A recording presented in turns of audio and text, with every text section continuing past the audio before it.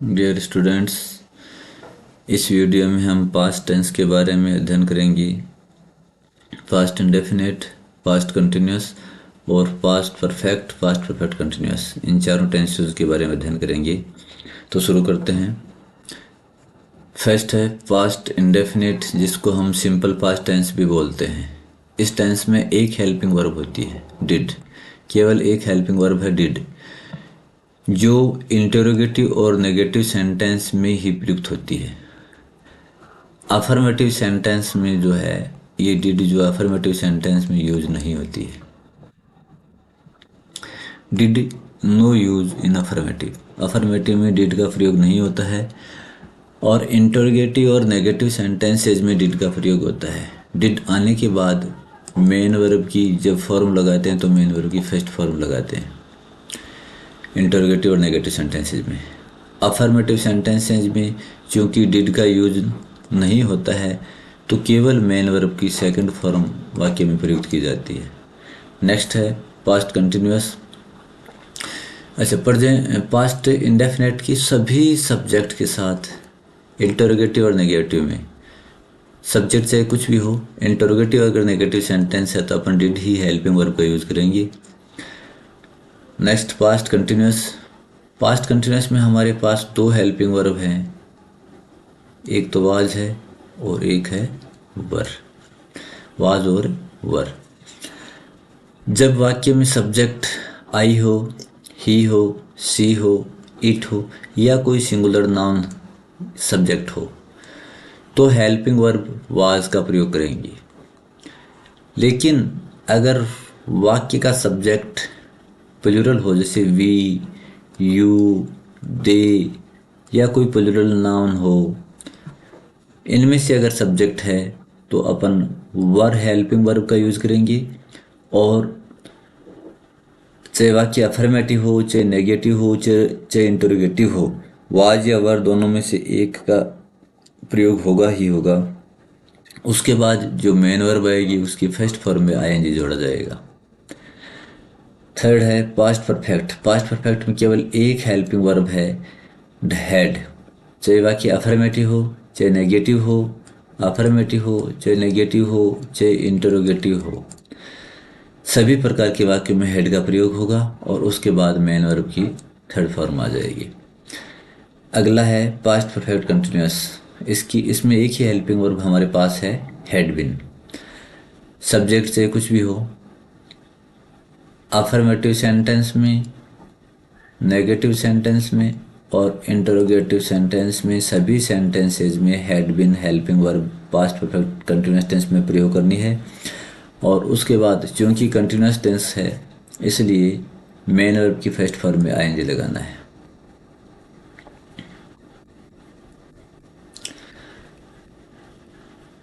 अब simple past tense में वाक्यों की स्ट्रक्चर देखते हैं।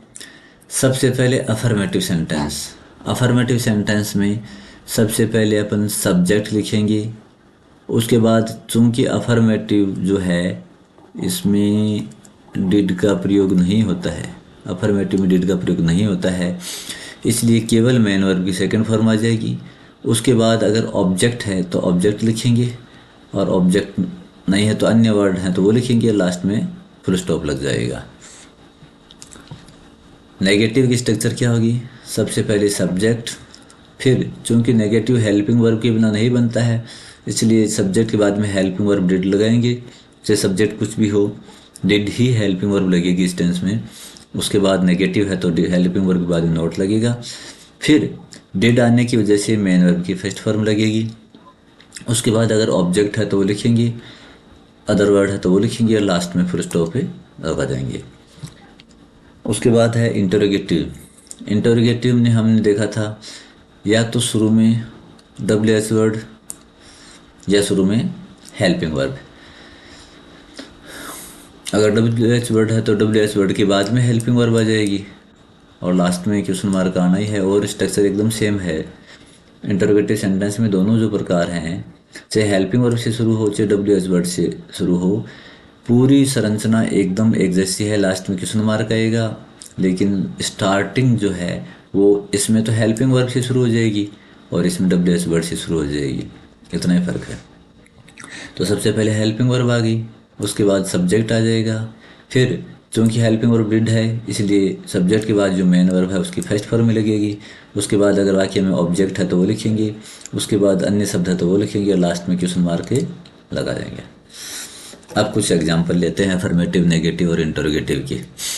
फर्स्ट एग्जाम्पल जैसे आप देख रहे हैं, ही सॉ ए लॉयन, उसने एक शेर देखा। अब नेगेटिव स्ट्रक्चर बनानी है इसकी, तो देखिए ये सब्जेक्ट ही, उसके बाद हेल्पिंग वर्ब डिड, डिड, उसके बाद नोट लिया, नोट, उसके बाद मेन वर्ब की first form.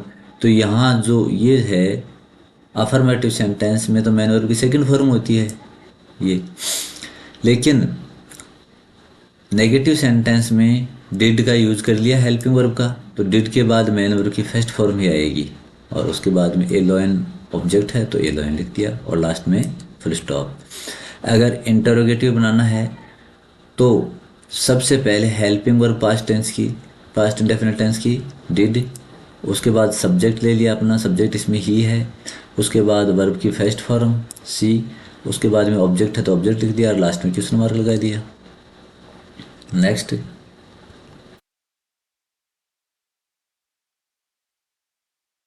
They made vaccine, they made vaccine, इसका नेगेटिव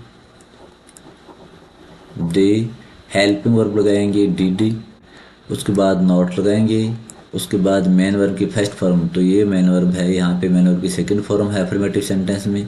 नेगेटिव में डिड डालने की वजह से मेन वर्ब की फर्स्ट फॉर्म लग जाएगी, ये सेकंड फॉर्म है, और अपन फर्स्ट फॉर्म लगा देंगे यहाँ मैक, और उसके आगे हो जाएगा वैक्सीन, और फुल स्टॉप। इंटरोगेटिव सेंटेंस में सबसे पहले helping verb did, helping verb did, उसके बाद सब्जेक्ट दे, उसके बाद मेन वर्ब की फर्स्ट फॉर्म, उसके बाद में ऑब्जेक्ट वैक्सीन और क्वेश्चन मार्क। नेक्स्ट है निखिल प्लेड वेरी वेल, ये सब्जेक्ट वर्ब की second form, adverb adjective, Nikhil,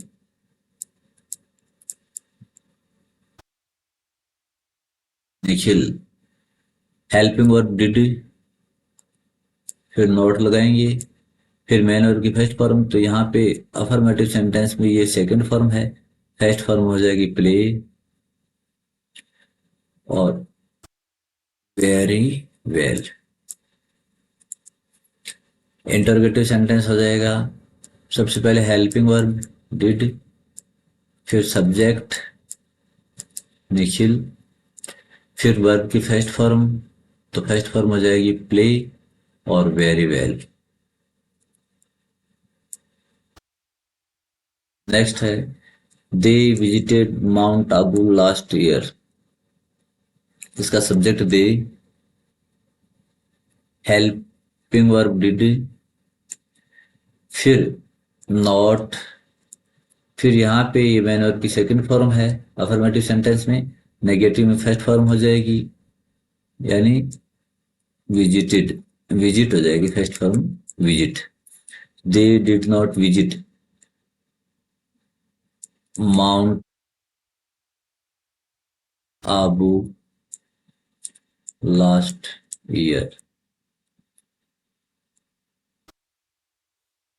interrogative इसका होगा सबसे पहले हेल्पिंग वर्ब डिड, उसके बाद सब्जेक्ट दे, उसके बाद मेन वर्ब की first form visit,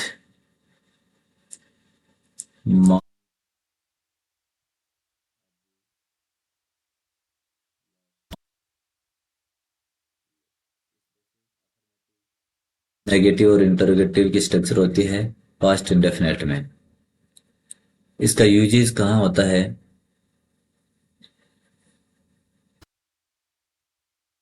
past indefinite का यूजेस देखिए, simple past tense is used to express an action which happened in the past. यानी past simple past tense, past indefinite tense जो है, उसका प्रयोग ऐसे कार्य या घटना को अभिव्यक्त करने के लिए किया जाता है विच हैपेंड इन द पास्ट, जो भूतकाल में हैपेंड हुई हो, घटित हुई हो। यानी ऐसा कोई कार्य या ऐसी कोई घटना जो भूतकाल में हुई है, उसका उल्लेख करने के लिए अपन पास्ट इंडेफिनिट टेंस का प्रयोग करते हैं। नंबर 2 है, कुछ एडवर्ब्स होती हैं जो आने पर अपन पास्ट इंडेफिनिट टेंस का प्रयोग करेंगे।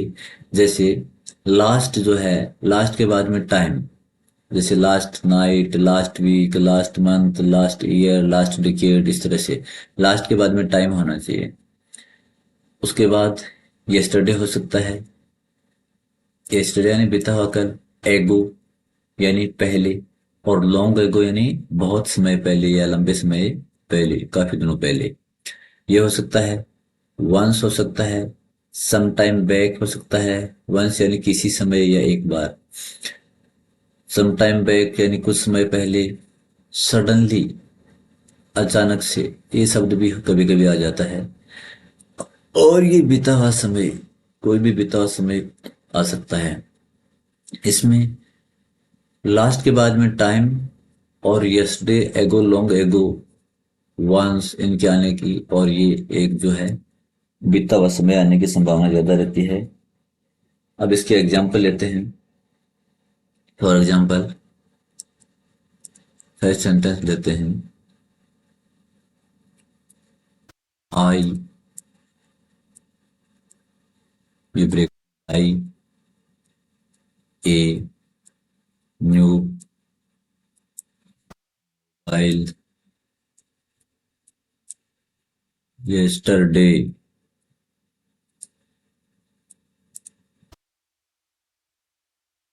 तो ये देखिए इसमें yesterday आ गया, तो yesterday से अपने को पता चल गया कि पास्ट इंडेफिनिट टेंस है।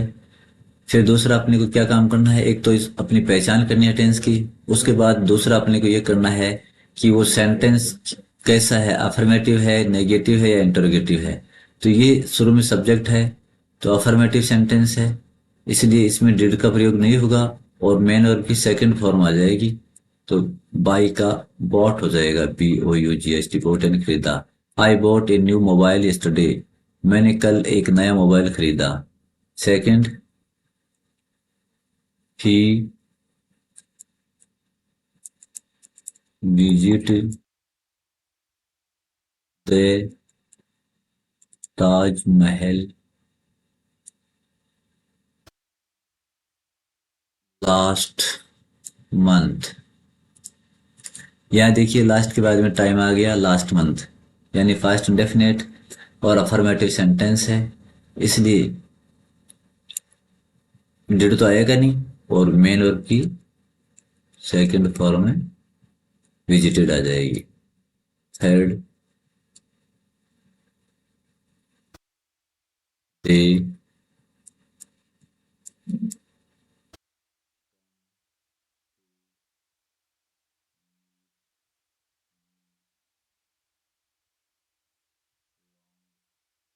एगो, वे काफी समय पहले मुझसे मिलने आए थे। तो लॉन्ग एगो या एगो आ गया, यानी पास्ट इंडेफिनिट है, अफर्मेटिव सेंटेंस है, इसलिए डिड तो आएगा नहीं और कम की सेकंड फॉर्म केम हो जाएगी। Next, Ravi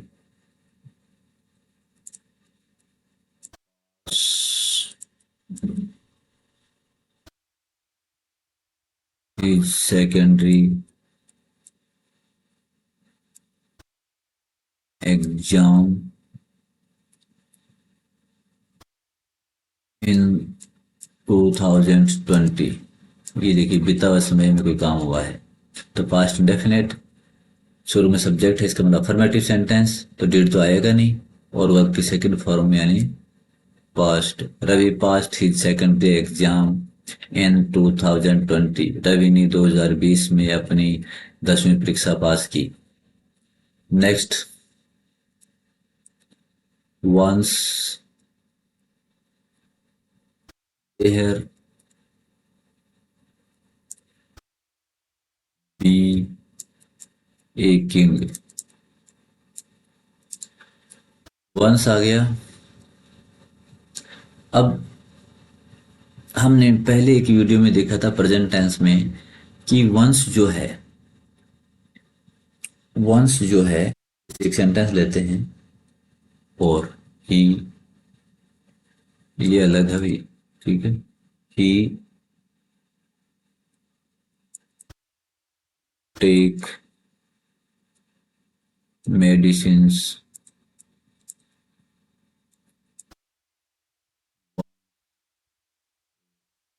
day. इस सेंटेंस में भी वंस है और इस सेंटेंस में भी वंस है, लेकिन दोनों अलग अलग टेंस हैं। कैसे पहचानेंगे कि जब वंस के बाद में टाइम हो, वंस के बाद में टाइम हो तो उससे कोई काम कितनी बार हो रहा है, एक बार हो रहा है, महीने में एक बार हो रहा है, दिन में एक बार हो रहा है, रात्रि में एक बार हो रहा है, सप्ताह में एक बार हो रहा है, या वर्ष में एक बार हो रहा है, ऐसा इंडिकेट मिलता है। वंस के बाद में टाइम आना चाहिए, लेकिन इसमें जो है वंस के बाद में टाइम नहीं है। तो जब वंस के बाद में टाइम नहीं है तो पास्ट इंडेफिनिट, और वंस के बाद में टाइम हो, वंस के बाद में टाइम हो तो ये हो जाएगा प्रेजेंट इंडेफिनिट, प्रेजेंट इंडेफिनिट। ये फर्क है, दोनों में ध्यान रखना। तो वंस देयर, अब ये पास्ट इंडेफिनिट है, तो पास्ट इंडेफिनिट है तो साधारण वाक्य है, तो डिड तो आएगा नहीं। और बी की सेकंड फॉर्म, बी की सेकंड फॉर्म अभी देखते हैं, वाज वर्ब में से होती है और यहाँ वाज आ जाएगी। अभी ये भी बताते हैं वाज क्यों आएगी, पहले इसको देखते हैं। देखो ही, क्योंकि ये प्रेजेंट इंडेफिनिट है इसलिए वर्ब की फर्स्ट फॉर्म या उसमें एस लगना चाहिए, और subject he see it singular noun है इसलिए वर्ब की फर्स्ट फॉर्म में एस या एस लगना चाहिए, अंतिम अक्षर के हिसाब से एस लग गया। अब अपन वापस 5 नंबर पे आते हैं। बी जो वर्ब है, बी जो वर्ब है जो ब्रैकेट में दी है, उसकी फर्स्ट फॉर्म होती है इज, एम या आर, इनमें से फर्स्ट फॉर्म होती है। और उसकी सेकंड फॉर्म जो होती है वो होती है वाज या वर। और इसकी जो थर्ड फॉर्म होती है ना वो होती है बीन, ठीक है। अब हमने यहाँ पे, हमें वर्ब की सेकंड फॉर्म लगानी थी क्योंकि पास्ट इंडेफिनिट टेंस है, पास्ट इंडेफिनिट टेंस में वर्ब की सेकंड फॉर्म लगनी चाहिए। लेकिन यहाँ पे तो अपने हमारे पास दो है, बी की दो फॉर्म है वाज और वर, तो हमने वाज ही क्यों लगाया? उसका कारण ये है कि जब वाक्य के सब्जेक्ट के तौर पे देहर का प्रयोग हो, जब वाक्य के सब्जेक्ट के तौर पे देहर का प्रयोग हो तो उसमें ये ब्लैंक जो है, खालिस्तान जो है, उसके बाद जो नाउन आ रहा है वो देखो सिंगुलर है प्लूरल है। खालिस्तान के बाद इस वर्ब के बाद में जो नाउन दिया गया है वो देखो कि सिंगुलर है या प्लूरल है। अगर वो सिंगुलर है तो वाज का प्रयोग करो, अगर वो प्लूरल है तो वर का प्रयोग करो। क्योंकि ये यहाँ पे एक किंग यानी एक राजा सिंगुलर है इसलिए वाज का प्रयोग किया गया है, ठीक है। नेक्स्ट,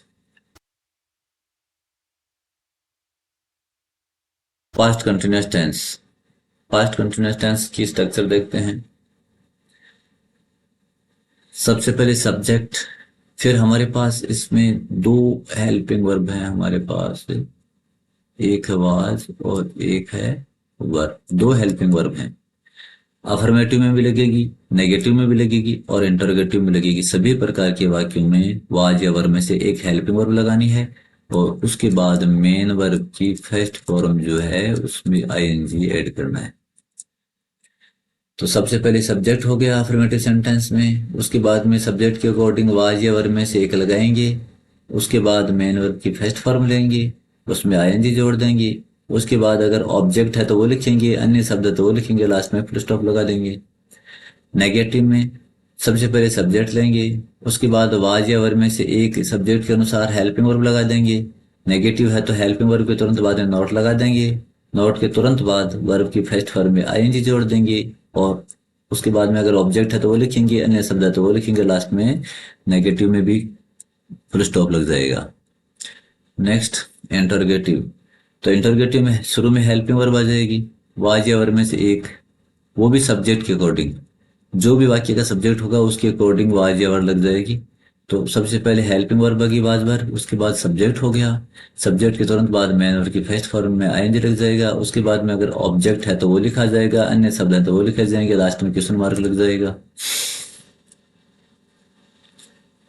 अब एग्जाम्पल लेते हैं। He was watching the match. He was watching the match, वह मैच देख रहा था।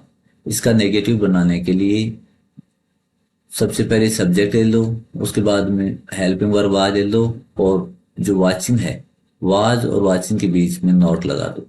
वाज और वाचिंग के बीच में नॉट लगा दो तो ये आपका नेगेटिव बन गया। इंटरोगेटिव बनाने के लिए ये जो हेल्पिंग वर्ब है, हेल्पिंग वर्ब इसको शुरू में है सब्जेक्ट से पहले लिख दो।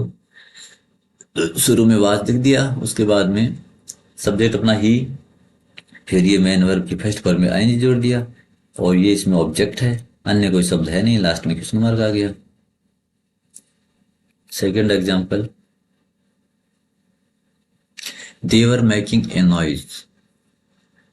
नेगेटिव बनाना है तो सबसे पहले सब्जेक्ट, सब्जेक्ट के अकॉर्डिंग हेल्पिंग वर्ब, फिर नॉट, फिर मेन वर्ब की फर्स्ट फॉर्म में आईएनजी, और ये ऑब्जेक्ट हो गया ए नॉइज। इंटरोगेटिव, सबसे पहले हेल्पिंग वर्ब, तो अपना सब्जेक्ट के अनुसार हेल्पिंग वर्ब लगाएंगे। सब्जेक्ट अपना दी है इसलिए वर्ब दी मेकिंग, वर्ब की फर्स्ट फॉर्म में आईएनजी, ए नॉइज और क्वेश्चन मार्क। नेक्स्ट है I was writing a story. तो हेल्पिंग वर्ब वाज और मेन वर्ब राइटिंग के बीच में नोट लगा देंगे। आई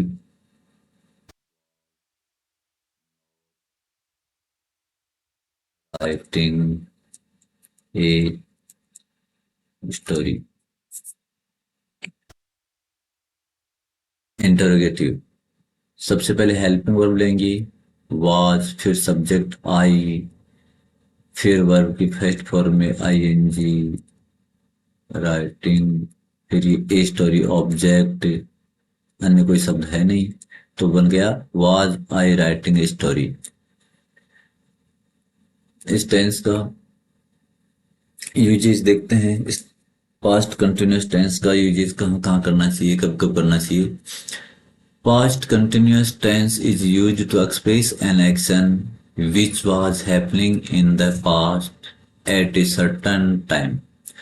कि पास्ट कंटिन्यूस टेंस का प्रयोग ऐसे किसी कार्य या घटना को अभिव्यक्त करने के लिए किया जाता है which was happening in the past at a certain time, जो भूतकाल में किसी समय हो रही थी, जो भूतकाल में किसी समय घटित हो रही थी, ऐसी घटना या कार्य को अभिव्यक्त करने के लिए पास्ट कंटिन्यूअस टेंस का प्रयोग किया जाता है।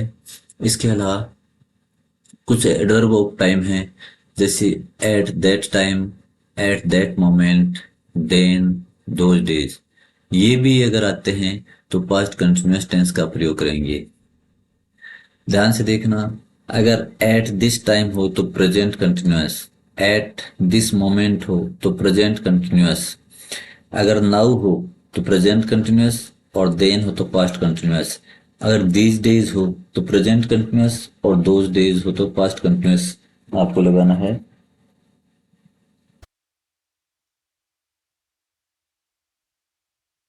थर्ड एक रूल है,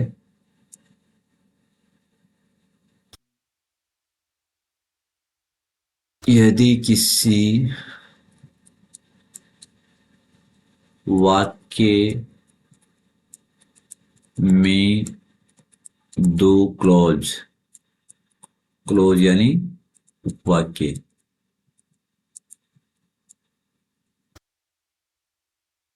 वेहन या वाहिल से जुड़ी हुई हों। यदि किसी वाक्य में दो क्लोजेज जो है यानी उपवाक्य वेहन या वाहिल से जुड़ी हुई हों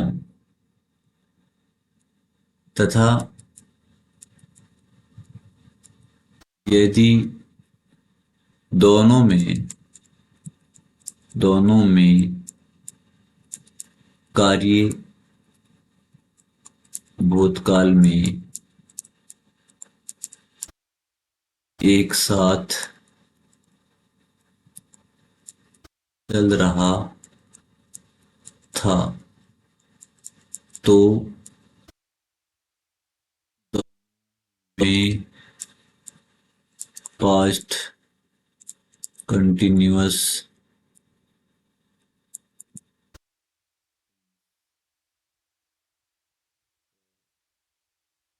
प्रयोग होगा। लेकिन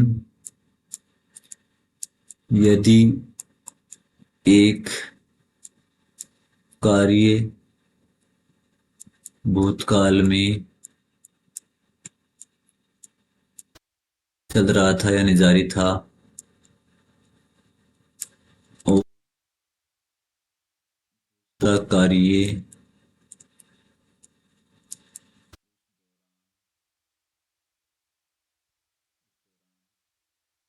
बीच में हुआ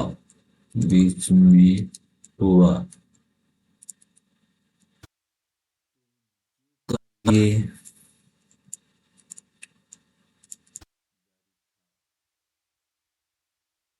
वह पास्ट कॉन्टिन्यूअस में तथा जो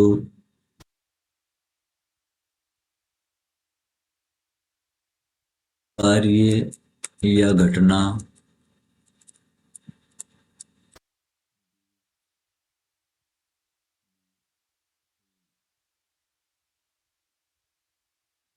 से पास्ट डेफिनिट में लिखेंगे।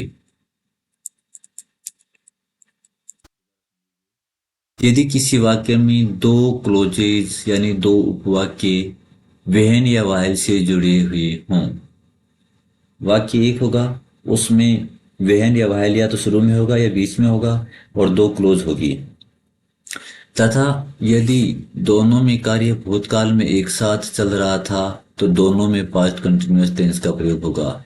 यानी अगर दोनों क्लोजेज में कार्य एक साथ भूतकाल में चल रहा था तो दोनों में पास्ट कंटिन्यूअस का प्रयोग करना है, और यदि एक कार्य भूतकाल में जारी था चल रहा था और दूसरा कोई कार्य या कोई घटना उस दौरान बीच में हुई तो जो कार्य जारी था जो कार्य चल रहा था वह तो पास्ट कंटिन्यूअस में रहेगा, लेकिन जो कार्य या घटना बीच में हुई उसे पास्ट इंडेफिनिट टेंस में लिखेंगे। इसके एग्जाम्पल देखिए, was doing her homework,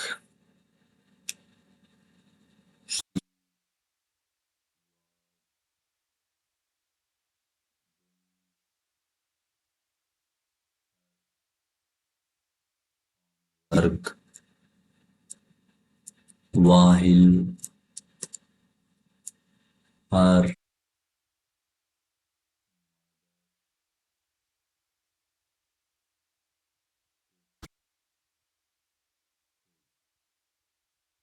second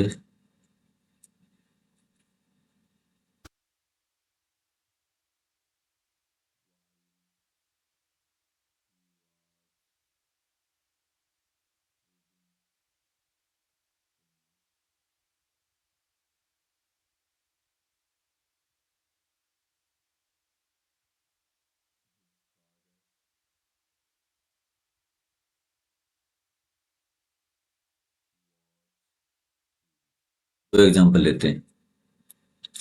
पहला है she was doing her homework, वह अपना गृह कार्य कर रही थी जबकि उसकी माँ कुक फूड भोजन पका रही थी। तो दोनों कार्य भूतकाल में साथ साथ चल रहे थे इसलिए दोनों में पास्ट कंटिन्यूअस का प्रयोग होगा। तो हर मदर सिंगुलर है इसलिए वाज और वर्ब में से वाज आ गया और वर्ब की फर्स्ट फॉर्म में आईएनजी वाज कुकिंग हो गया। Second, while he was reading, जब वह पढ़ रहा था हिज फादर वॉच टीवी, तो उसके पिता क्या कर रहे थे टीवी देख रहे थे। दोनों काम साथ साथ चल रहे थे, इसलिए his father was watching TV, उसके पिता टीवी देख रहे थे। Third,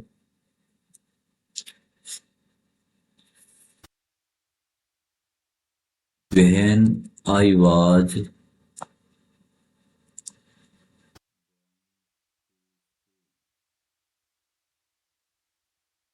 I see snake in the way. Third sentence में आप देखेंगे कि when I was going to school, जब मैं विद्यालय जा रहा था, तो आई सी ए स्नेक इन द वे।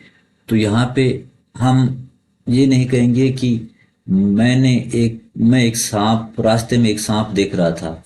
हम ये कहेंगे कि मैंने रास्ते में एक सांप देखा।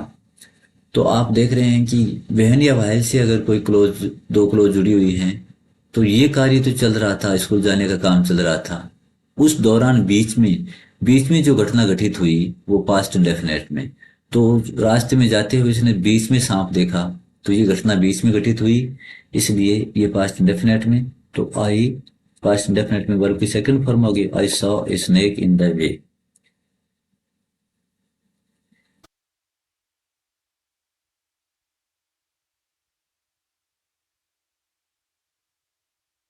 नेक्स्ट है पास्ट परफेक्ट टेंस।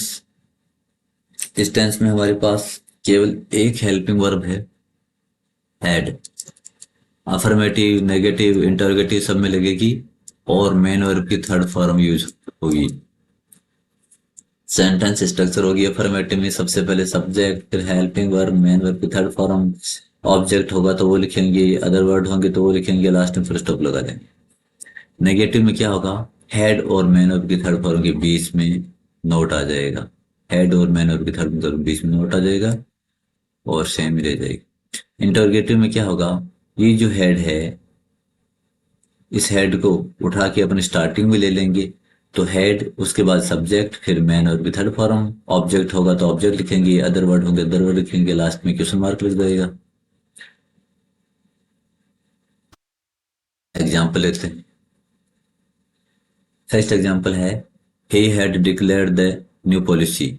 उसने नई पॉलिसी, नई नीति जो है उसकी घोषणा कर दी थी।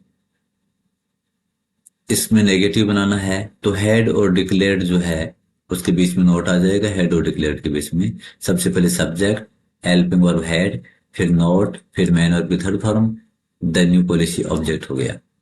इंटरोगेटिव बनाना है तो सबसे पहले हेल्पिंग वर्ब हेड ले लेंगे, उसके बाद सब्जेक्ट, फिर डिक्लेयर्ड मैन वर्ब की थर्ड फॉर्म, उसके बाद में ऑब्जेक्ट और क्वेश्चन मार्क।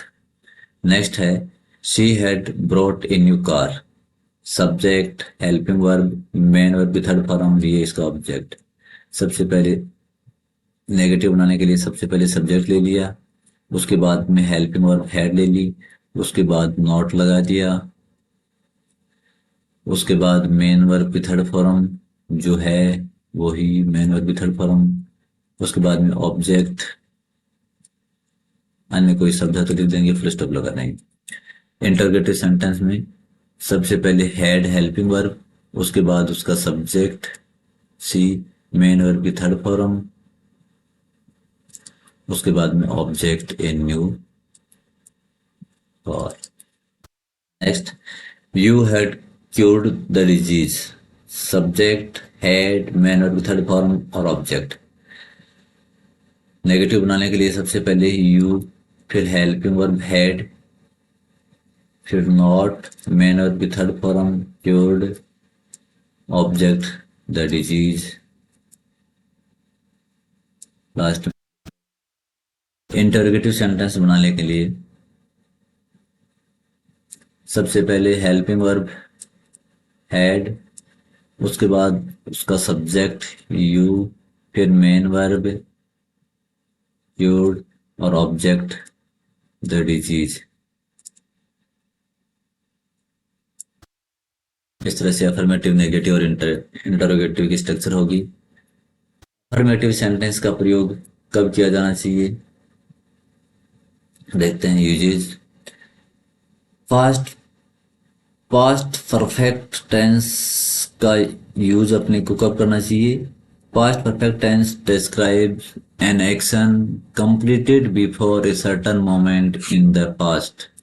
यानी पास्ट परफेक्ट टेंस क्या दर्शाता है हमें कि ऐसा कार्य, एन एक्शन कंप्लीटेड, कि एक काम कंप्लीट हो गया, पूरा हो गया, फिनिश हो गया, कब। Before a certain moment in the past, कि भूतकाल में किसी निश्चित क्षण या समय से पूर्व समाप्त हो गया। बहुत ऐसा कार्य जो भूतकाल में किसी समय या क्षण से पहले समाप्त हो गया। तुलनात्मक दृष्टि से एक काम पहले हुआ और दूसरा काम बाद में हुआ, तो जो काम पहले समाप्त हुआ या पूरा हुआ उसको अपन पास्ट परफेक्ट टेंस में लिखेंगे। इसमें कीवर्ड्स आ सकते हैं, वेहन आ सकता है, आफ्टर आ सकता है, बिफोर। इनसे जो है वो दो क्लोज जुड़ी हुई होती हैं, या तो वेहन बिफोर या आफ्टर बीच में आएगा, या स्टार्टिंग में वाक्य के और दो क्लोज होंगी। अब ये दो फॉर्मूले हैं, इनको याद करना है। बिफोर, बिफोर मीन्स क्या होता है, पहले। बिफोर मीन्स क्या होता है, पहले। याद करना नहीं, रटना नहीं है, समझना है सिर्फ। आफ्टर यानी बाद में, आफ्टर यानी बाद में। तो बिफोर से पहले पास्ट परफेक्ट यानी हेड थर्ड फॉर्म, और आफ्टर यानी बाद में तो हेड और थर्ड फॉर्म यानी पास्ट परफेक्ट बाद में। बिफोर यानी पहले तो यानी पास्ट परफेक्ट पहले, हेड थर्ड फॉर्म पहले। आफ्टर यानी बाद में तो हेड और थर्ड फॉर्म बाद में यानी पास्ट परफेक्ट बाद में। और जो बच गया उसमें पास्ट इंडेफिनिट टेंस हो जाएगा। या फिर इसको ऐसे याद रखो कि बिफोर से पहले हेड थर्ड फॉर्म और बाद में मैन वर्ब की सेकंड फॉर्म, आफ्टर के बाद हेड थर्ड फॉर्म और पहले मैन वर्ब की सेकंड फॉर्म। इसको आपको सिर्फ याद रखना है। उसके बाद एग्जाम्पल लेते हैं, बड़े ही आसानी से हो जाएंगे।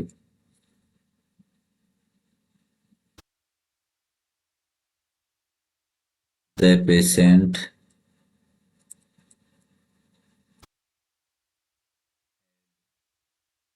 died before the doctor come. Second,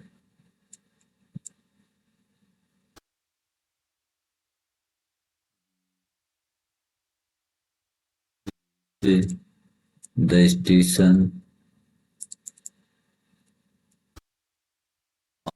after the train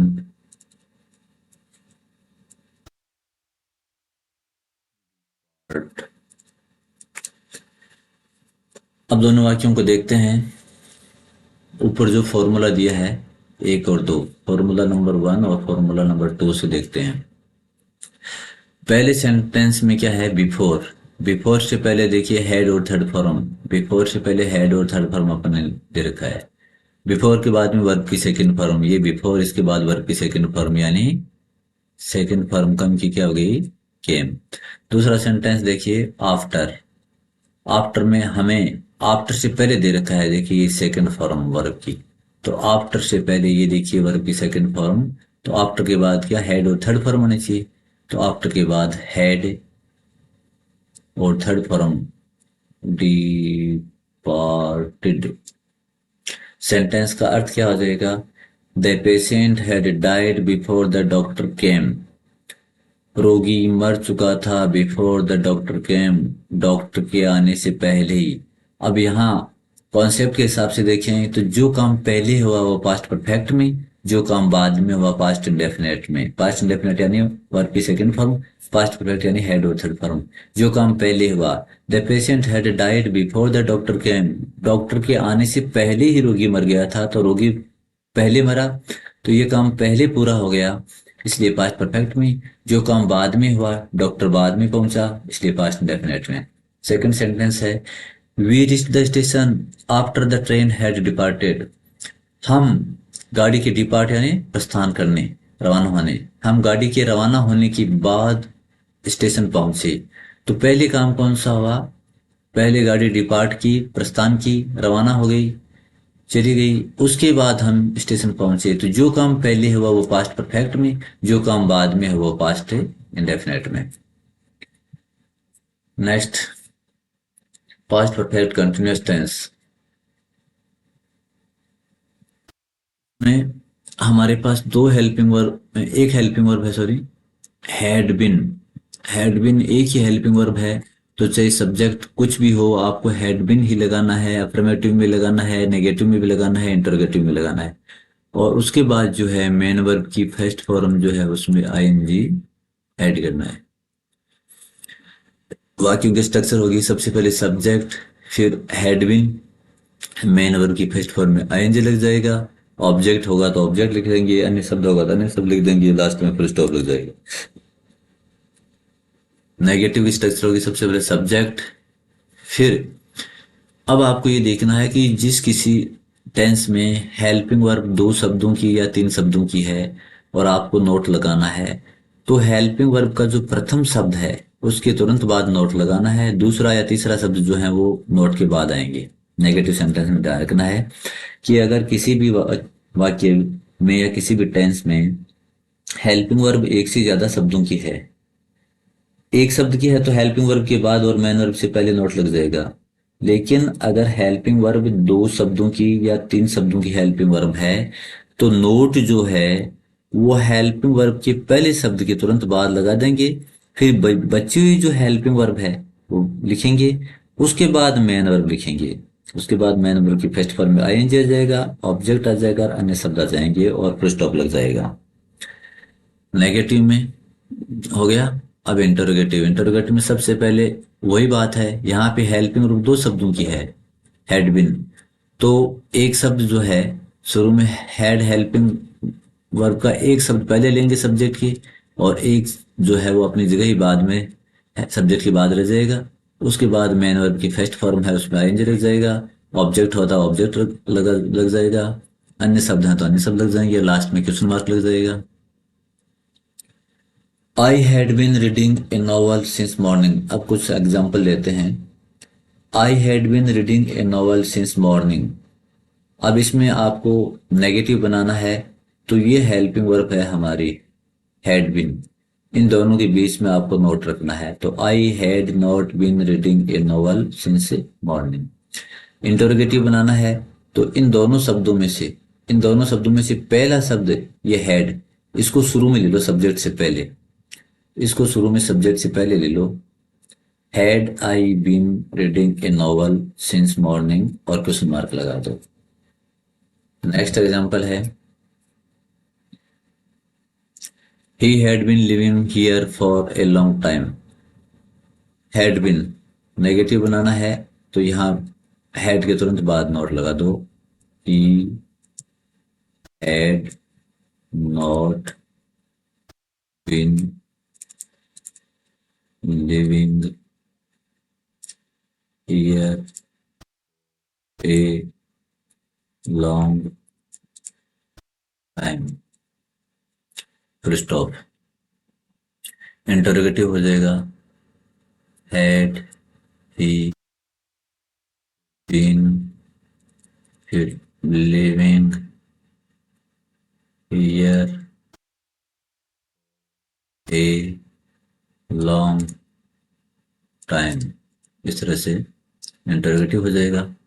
next है, was we had been residing there for a decade। had been के बीच में नोट लगा दो, नेगेटिव बन जाएगा। तो we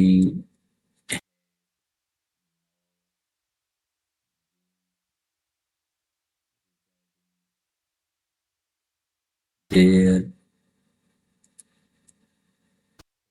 a decade इन दशक। इंटरोगेटिव हो जाएगा, सबसे पहले हैड ले लो, एक शब्द पहले ले लिया, फिर सब्जेक्ट ले लिया, अब हेल्पिंग वर्ब का दूसरा शब्द, तो हैड बी बीन, फिर मेन वर्ब में आएंगे है ही, उसके देहर है वो देहर ले लिया, उसके बाद फॉर ए डी केड और लास्ट में क्वेश्चन मार्क इंटरोगेटिव सेंटेंस है, इसलिए ये स्ट्रक्चर हो गई अफर्मेटिव, इंटरोगेटिव और नेगेटिव की। Present perfect, past perfect continuous tense का प्रयोग कब करना चाहिए? यूजेज देखिए, past perfect continuous tense is used for an action, ऐसे किसी कार्य के लिए इसका प्रयोग किया जाता है which had been going on continuously up to that time in past that we are talking about, कि भूतकाल में वो काम उस समय चल रहा था जब हम उसके बारे में बात कर रहे थे। Generally this tense is used with simple past tense and for since before the time. इस वाक्य में भी ध्यान रखना है कि सिंस और फॉर, सिंस और फॉर के बाद में, सिंस और फॉर के बाद टाइम आएगा, लेकिन ऐसा तो प्रेजेंट परफेक्ट कंटिन्यूअस में भी होता है। तो इसकी खास बात क्या होगी कि इसमें सिंस और फॉर के बाद में टाइम तो आएगा ही आएगा, लेकिन इसमें एक क्लोज है, एक क्लोज और होगी, एक क्लोज और होगी जिसमें पास्ट टेंस का यूज होगा। तो उससे अपने को पता चल जाएगा, क्योंकि पास्ट टेंस के साथ दूसरी क्लोज में पास्ट टेंस ही आता है, प्रेजेंट या फ्यूचर टेंस नहीं आ सकता। ध्यान रखना कि किसी भी वाक्य में दो क्लोज है और उसमें टेंस में अगर एक क्लोज में पास्ट टेंस है तो दूसरी क्लोज में भी पास्ट टेंस होगा। इसलिए अगर यहाँ एक क्लोज है उसमें पास्ट टेंस है तो यहाँ सिंस और फॉर के बाद में टाइम होने पर प्रेजेंट परफेक्ट कंटिन्यूअस नहीं करेंगे, पास्ट परफेक्ट कंटिन्यूअस करेंगे, क्योंकि दोनों क्लोज में सेम टेंस पास्ट टेंस होना चाहिए। तो ये आपका पास्ट टेंस कंप्लीट हुआ। उम्मीद है अच्छी तरह से समझ में आएगा।